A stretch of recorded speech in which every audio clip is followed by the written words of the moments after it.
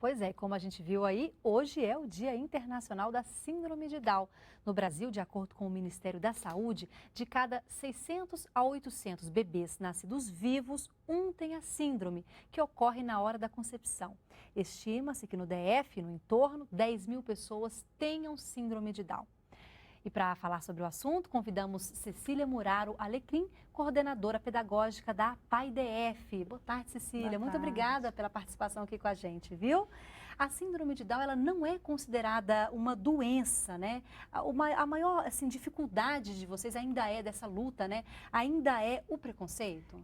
Ainda é o preconceito, a desinformação, né? A ignorância faz com que as pessoas... O que é o preconceito? É quando você forma um conceito antes de conhecer.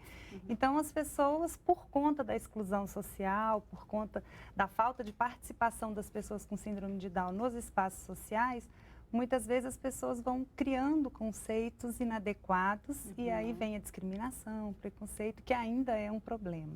Qual a importância dessa data de hoje para as pessoas que têm a síndrome de Down? Então, essas datas são sempre muito importantes, né, para os grupos, igual tem o Dia Internacional da Mulher, o Dia da Consciência Negra, da pessoa com deficiência e o Dia da Síndrome de Down, porque faz que a gente tenha momentos como esse, que informam sobre essas questões. É exatamente para que as pessoas conheçam sobre as dificuldades, que as pessoas possam refletir sobre o seu próprio preconceito, porque muitas vezes a pessoa nem percebe que tem esse preconceito, né? Como não faz parte da vida dela, ela não convive com pessoas com deficiência, não encontra pessoas com síndrome de Down, muitas vezes ela nem para pensar sobre esse tema. Então, na hora que isso vira matéria nos jornais, a gente faz caminhada, leva para a sociedade, né, as pessoas podem pensar e refletir. O que as pessoas precisam saber sobre as pessoas com síndrome de Down que é importante para uma convivência saudável entre todos e respeitosa também?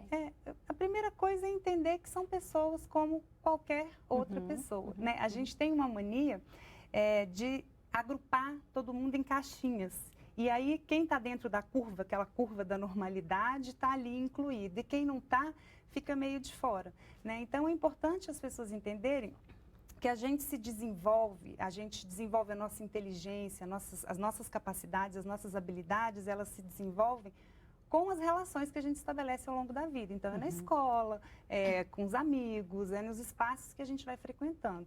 Então, se você segrega a pessoa com deficiência, como é que eles vão se desenvolver? Então, se a gente dá a oportunidade para eles conviverem em todos os espaços, eles vão se desenvolver como a gente. Vão trabalhar, vão namorar, podem fazer faculdade, e aí vão embora. O limite...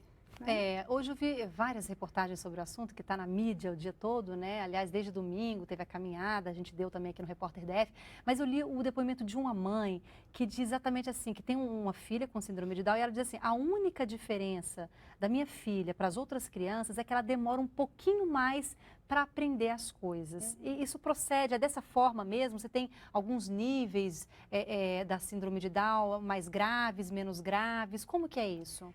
Existe diferentes comprometimentos.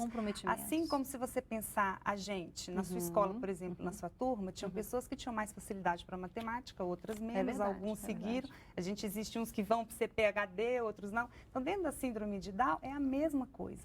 Então, existem diferenças também dentro da síndrome de Down, como existe entre a gente. E existe a questão do ritmo da aprendizagem, normalmente é mais lento mesmo, mas não significa que eles não aprendam. Então, as pessoas que vão trabalhar, né, vão ser os professores, quem vai trabalhar na questão da educação, tem que entender isso, que muitas vezes o ritmo deles, ele pode levar mais tempo para aprender um conteúdo, mas não significa que ele não vai aprender. Que ele não vai aprender. Agora, esse espaço, por exemplo, que está sendo aberto aos poucos para as pessoas que têm a síndrome de Down, na televisão, por exemplo, né, para apresentar programas e fazer reportagens, isso também é importante?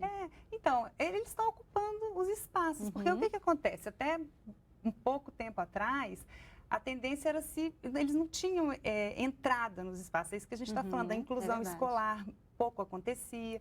Então, como eles ficavam sem esses estímulos e apoios que a gente precisa, todo mundo precisa para se desenvolver, eles iam até muito pouco. Mas hoje não, hoje eles são muito estimulados desde cedo, existe lá, desde bebezinho começa a estimulação, eles frequentam a escola regular com todo mundo. Então, assim, eles vão se desenvolvendo e aí começa a ganhar espaço no mercado de trabalho. Então, a gente tem, né, repórter, tem pessoas com síndrome de Down nas faculdades, a gente tem assessora parlamentar. É verdade, a assessora né? do Romário, acho, né, inclusive, que desenvolve um trabalho bem legal lá no Congresso, né? Então, aí... Agora, assim, se a gente for falar de entraves que ainda dificultam um pouco essa questão do desenvolvimento, da divulgação, o que você poderia dizer em relação a isso?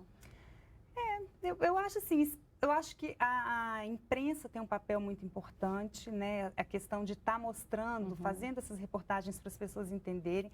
A questão da inclusão escolar é importantíssima, porque se a gente pensar na nossa infância, a gente não teve um colega com síndrome de Down. Se a gente tem, a gente vai percebendo e conhecendo. E aquilo que eu falei da desinformação, que gera o preconceito, vai acabando. Então, é a gente trabalhar e se mobilizar para que eles, de fato, estejam incluídos. E eu acho que a escola é muito importante, porque se as crianças já começam a conviver com a pessoa com síndrome de Down e outras deficiências também, né? Elas já não vão crescendo com esse pensamento discriminatório e preconceituoso. Entendi. Né? Agora, em relação à rede pública de saúde do Distrito Federal, ela atende bem as pessoas que têm a síndrome de Down? Atende. Na verdade, o atendimento deles é um atendimento que é igual o atendimento, o nosso atendimento, né? A gente ainda tem médicos e outros profissionais de saúde que não tem tanta informação sobre, né? No hospital de base, no Agarrão, no hospital de base, no Agarrão, existe um centro serviço de referência, né, em relação... específico para o atendimento das pessoas com síndrome de Down. Né? Acaba que eu imagino que existam essas iniciativas para dar conta dessa falta na formação dos profissionais em relação... Te agradeço muito a participação com a gente. Obrigada, viu, Cecília? Obrigada a você.